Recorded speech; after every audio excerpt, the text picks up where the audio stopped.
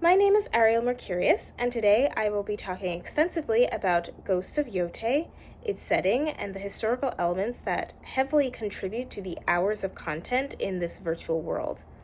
As an overview, the game Ghosts of Yotei uses a fictional revenge narrative set in Edo period Hokkaido to explore themes of authority, exile, frontier conflict, and cultural tension. While the game takes major liberties with its portrayal of events, people, and political structures, a lot of its atmosphere is grounded in real historical dynamics of the era.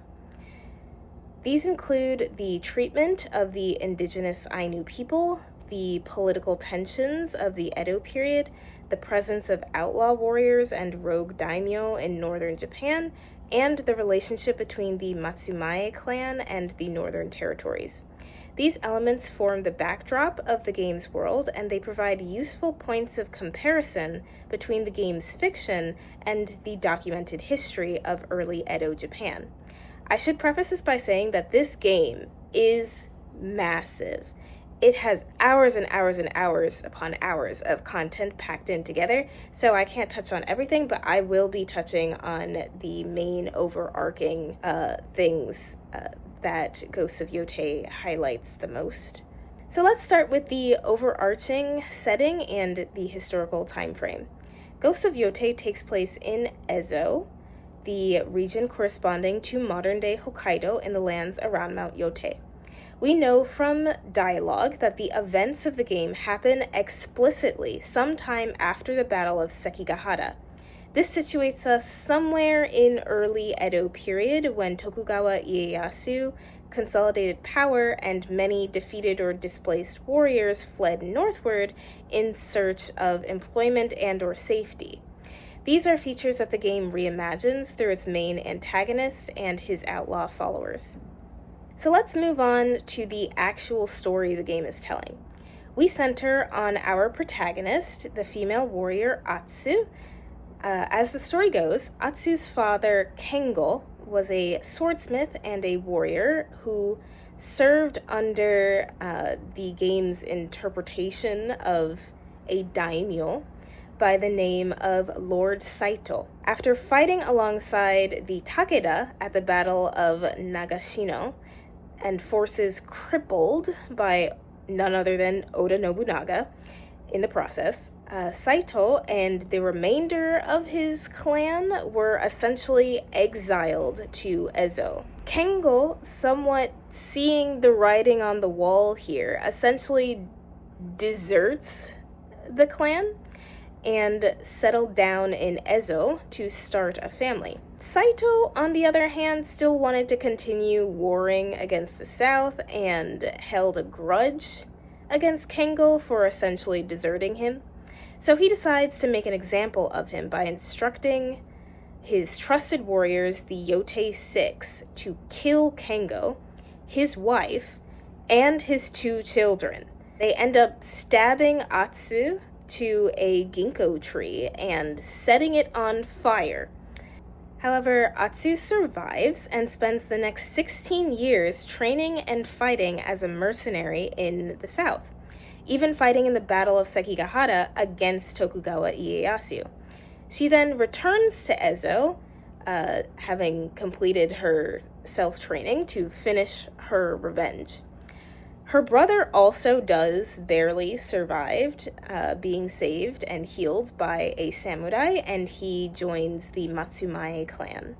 Of course, back when this game was announced, there was much discourse and complaint regarding how realistic it was that Atsu could be a woman and a samurai completing her path of vengeance, as well as complaints that she wasn't visually attractive enough. I disagree, obviously, but that feels like kind of a contradictory belief. It's unrealistic that she's a warrior because she's a woman, but also if she is a warrior, then she must be a bombshell or she's illegitimate. I digress. Regardless of those opinions, both assumptions would be untrue. While the Edo period increasingly restricted women's roles, Japan does have a documented tradition of female samurai called Onnamusha. The most widely known and definitely an inspiration for Atsu's character is Tomoe Gozen. Described as exceptionally beautiful, she was an associate of a General Minamoto no Yoshinaka. She accompanied Yoshinaka on his military campaigns and served him on the battlefield. She was also given the title and authority of his Ippo no Taisho, leading commander, and led his troops into battle. The Heike Monogatari describes her final battle as being a glorious feat, essentially cutting through 30 horsemen before riding off to escape. After the Onin War, female warriors entered a high point, serving in the armies of daimyo, who were fighting amongst themselves. But during the Edo period, and with the resurgence of Confucian ideals, the status of onamusha began to diminish as women were pushed into a more subservient role. Despite that, the setting still fits Atsu's character perfectly. It's repeated many times in game that Atsu is not a samurai and has no desire to be due to the expectation of blind loyalty and deference to authority that comes with it. It is that very attitude that causes her to clash philosophically with her brother, who is a clan member, and as a clan member views those attributes to be virtues. She's a lone wolf whose identity is shaped by loss, survival, and vengeance rather than rigid societal expectations, and in a way her character also serves as a mirror for the general northern sentiment for the time. So now we'll turn our attention to the game's primary antagonist, Lord Saito. While Saito himself is entirely fictional, the type of figure he represents is deeply rooted in the political landscape of the era. Through him, Ghosts of Yotei captures the tensions and anxieties of a newly unified Japan. What happens to the losers, the dispossessed, and the ambitious men who refuse to accept a new shogunate rule? The game describes Saito as essentially as a daimyo warlord who lost power and has fled to the north to Ezo.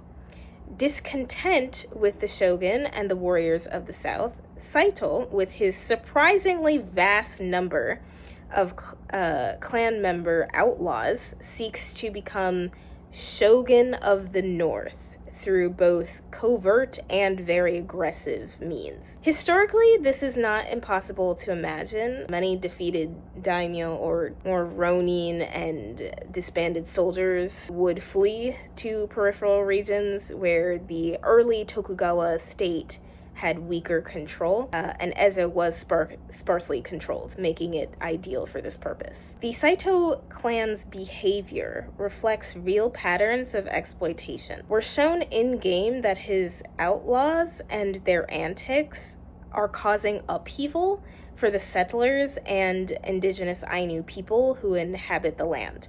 They do everything from forcibly commandeering artisans and blacksmiths, extorting villages under the guise of protection or aid from the southern invaders, and displacing the Ainu from their homes, all while continuing to coerce or recruit anyone who's willing to serve Saito and continue this really difficult cycle. These are historically inspired behaviors. During the Sengoku and early Edo periods, outlaw groups would seize artisans to produce weapons, and daimyo moving north would often clash with the Ainu communities or disrupt their trade networks. Ronin also frequently joined semi-military bands led by ambitious warlords or ex-daimyo. So this behavior of clan to outlaw sort of pipeline is rooted in some fact. Another big player in the game is the Matsumae clan. For as far into the game as I have seen, we hear of the shogun and the warriors of the south, but we don't really see them.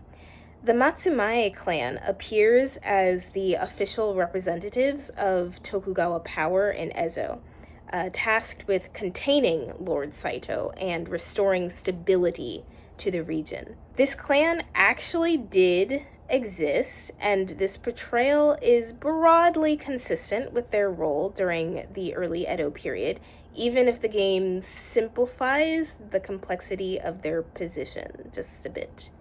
The Matsumae domain was the only feudal domain in Ezo formally recognized by the Tokugawa shogunate. Rather than functioning like other daimyo with agricultural territories, the Matsumae held authority over trade relations with the Ainu and acted as the shogunate's northern, almost border managers. Their responsibility was not necessarily to rule the area, but to control settlement, establish defense, and serve as intermediaries between the Ainu and the shogunate. The Tokugawa government relied on the Matsumae to manage this uncertain edge that was northern Japan, as they didn't really intervene directly in Ezo, meaning Matsumae leaders had an unusual degree of autonomy compared to other domains. Ghost of Yotei does reflect this partial independence in the way that Matsumae characters appear as both representatives of the shogunate and as local actors with their own interests, as well as how they interact with the locals to an extent. However, there are some clear deviations from reality. The Tokugawa shogunate didn't exactly treat the Matsumae like a regular daimyo domain, and the Matsumae were often economically exploitative towards the indigenous Ainu, which is something largely understated in the game, likely to keep the story focused on Atsu's revenge arc. But military intervention by the Matsumae was also limited. They weren't a heavily militarized force capable of large-scale campaigns like those seen in-game. In the game, their behavior really prioritizes hammering home that the Matsumae are forces of the south and extensions of the shogun's will, to a degree that's a bit unrealistic but works for this narrative.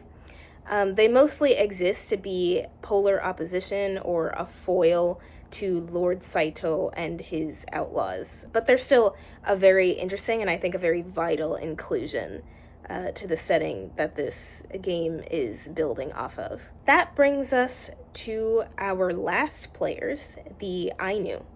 In relation to at least the mainline game, it's hard to say much of anything about the Ainu because they're kind of just there in the background. Their presence exists in the world, but it is noticeably limited, appearing at the margins or living in disrupted camps, referenced in dialogue, or momentarily assisting the protagonist.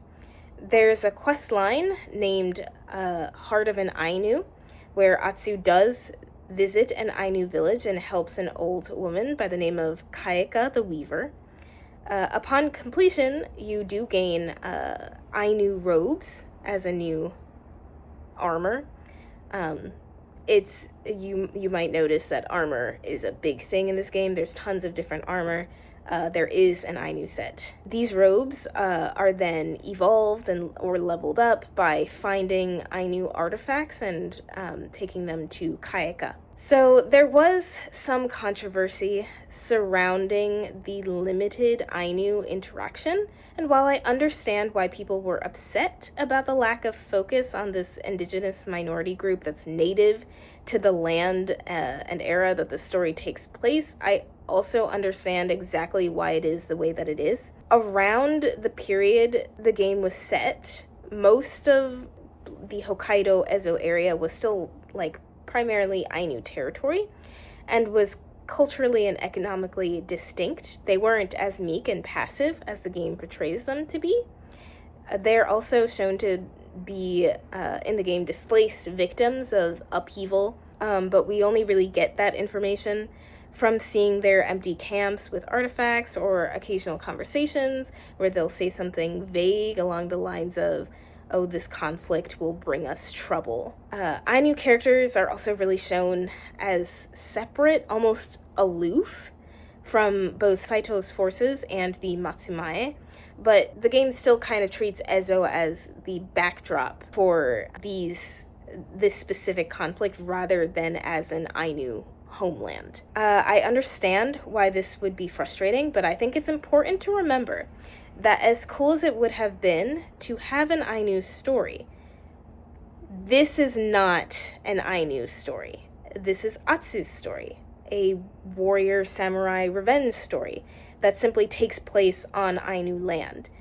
Through the lens of her journey, the Ainu are of little consequence. Sure, she has empathy for them, because she grew up around them, she grew up on their lands, but her mission and actions have very little to do with them, and this is true for all the major players in the game. And while the Ainu are directly affected by the game's conflict and all of these players, the conflict also isn't about them.